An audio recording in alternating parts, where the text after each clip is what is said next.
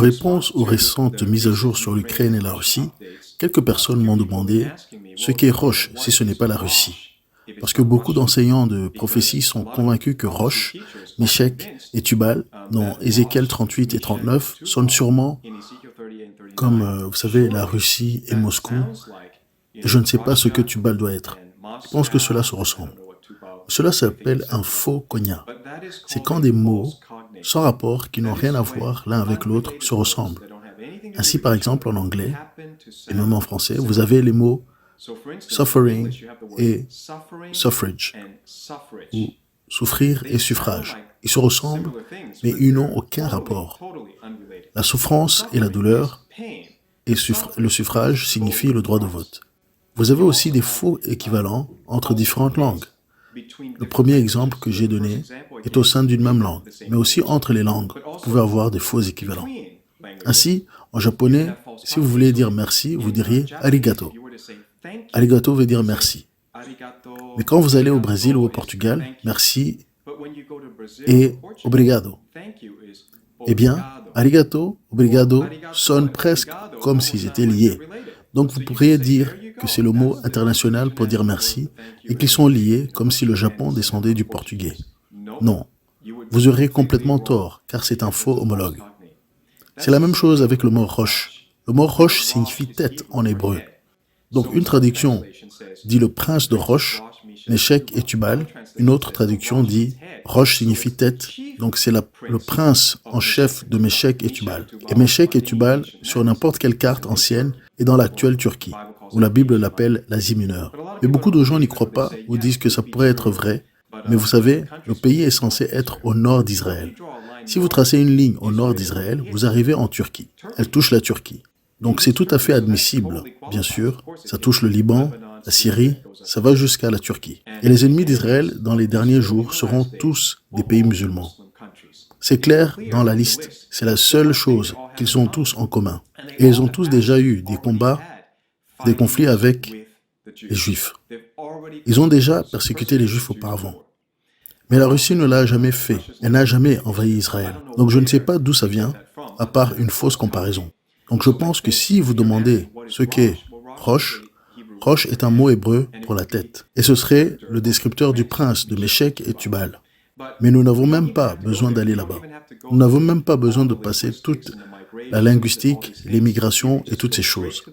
Vous pouvez juste aller directement à la Bible et vous aurez la réponse. Ma question pour les gens qui croient que Méchec ressemble à Moscou et donc prédit que Moscou va envahir Israël. Ma question est la suivante. Si c'est vrai, David a-t-il vécu à Moscou? David a-t-il vécu à Moscou? C'est une question simple à laquelle il faut répondre. Si Méchec est Moscou, est-ce que le roi David, à un moment donné dans sa vie, a vécu à Moscou? Non. Bien, vous dites non, mais la Bible dit ceci dans le psaume 120. Elle dit que le roi David a écrit « Malheureux que je suis de séjourner à Méchec, d'habiter parmi les tentes de Kédar. » Ça, c'est la version Lu II, mais là, dans la version King James, si vous souscrivez à la théorie selon laquelle Méchec est Moscou et de Rache est Russie, alors le roi David vivait à Moscou. Parce qu'il a dit « Malheur à moi si j'habite dans les tentes de Méchec. » Je pense que c'est très problématique car nous devons laisser la Bible interpréter la Bible. Et toute la théorie selon laquelle la Russie serait le pays qui a envahi Israël et le pays où se trouve l'Antéchrist ne vient de rien d'autre que de la politique américaine. C'est une diabolisation ouest-européenne d'un pays et d'une culture. Ça n'a rien à voir avec la Bible. Ça a à voir avec votre actualité. Vous êtes dans un cycle particulier et vous sentez que c'est votre ennemi. Mais ce n'est pas ce que dit la Bible. Je vais vous donner un autre passage de la Bible juste pour vous le prouver. Est-ce que le Liban a fait du commerce avec Moscou dans l'Antiquité? Si Méchec est Moscou, alors c'est le cas. Et bien sûr, c'est historiquement faux. Ce que nous trouvons dans Ézéchiel 27, Ézéchiel 27 parle de Tyr. Tyr, Sidon et maintenant Beyrouth sont toutes les capitales du Liban, le Liban actuel.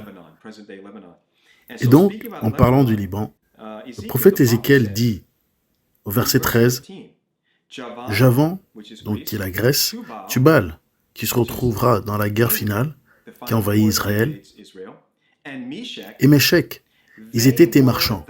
Ils ont échangé des personnes, des hommes et des vaisseaux d'airain dans ton marché.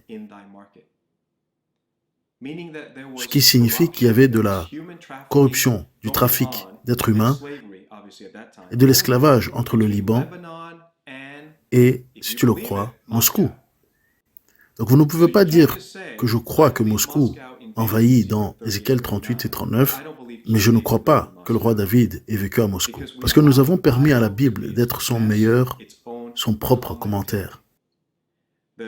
L'erreur des pharisiens était qu'ils sont sortis de la Bible et qu'ils dépendaient d'autres commentaires. Et ça ne me dérange pas que les gens fassent ça. Je ne suis pas contre eux. Je comprends qu'ils soient peut-être convaincus par leur propre théorie. Mais peut-être que je suis un peu simpliste. Je vois le psaume 120, je vois Ézéchiel 27, je regarde l'histoire et je ne vois aucune implication de la Russie et de Moscou dans l'histoire biblique. Par conséquent, je vais tout simplement ignorer ces théories selon lesquelles la Russie est un acteur principal. Elle pourrait évidemment être un acteur secondaire, elle pourrait évidemment vendre des armes à l'Iran, et l'Iran est évidemment dans l'invasion d'Ézéchiel 38. Mais cela ne signifie pas que le pays que vous détestez le plus à cause du pays dans lequel vous vivez est le pays de l'Antéchrist. Nous ne pouvons pas faire ce genre d'injustice dans l'interprétation de la Bible. Donc si vous demandez où est Roche, eh bien, Roche signifie simplement la tête. Où sont Méchec et Tubal? Ils sont en Turquie. Et la Turquie est-elle prête à créer un nouveau califat? Bien sûr qu'elle l'est. Les musulmans sont-ils prêts à commettre des actes de terreur antisémites? Bien sûr qu'ils le sont. Cela signifie-t-il que tous les musulmans sont mauvais? Non, je n'ai pas dit cela. Mais je dis que nous devons nous en tenir à la Bible. Nous devons nous en tenir à la géographie biblique. Et ne pas se lancer dans une chasse à loi sauvage en essayant de retracer la linguistique et les modèles de migration. Alors, presque personne ne pourrait comprendre la Bible, sauf ces élites, vous savez, les élites théologiques et les experts. Non, tout le monde peut lire le psaume 120, tout le monde peut lire Ézéchiel, et vous pouvez arriver à une conclusion très instruite, que ce sont les ennemis environnants, les ennemis traditionnels environnants d'Israël, ce sont les ennemis historiques environnants d'Israël qui vont être les principaux acteurs de l'attaque d'Israël. L'histoire biblique est une prophétie. Très bien. Rien de nouveau sous le soleil, donc. J'ai répondu à cette question. Je n'ai pas approfondi l'archéologie et l'histoire, mais j'espère que vous pouvez vous appuyer sur l'autorité de la parole de Dieu. C'est tout ce que nous avons. La parole de Dieu et le commentaire de la parole de Dieu.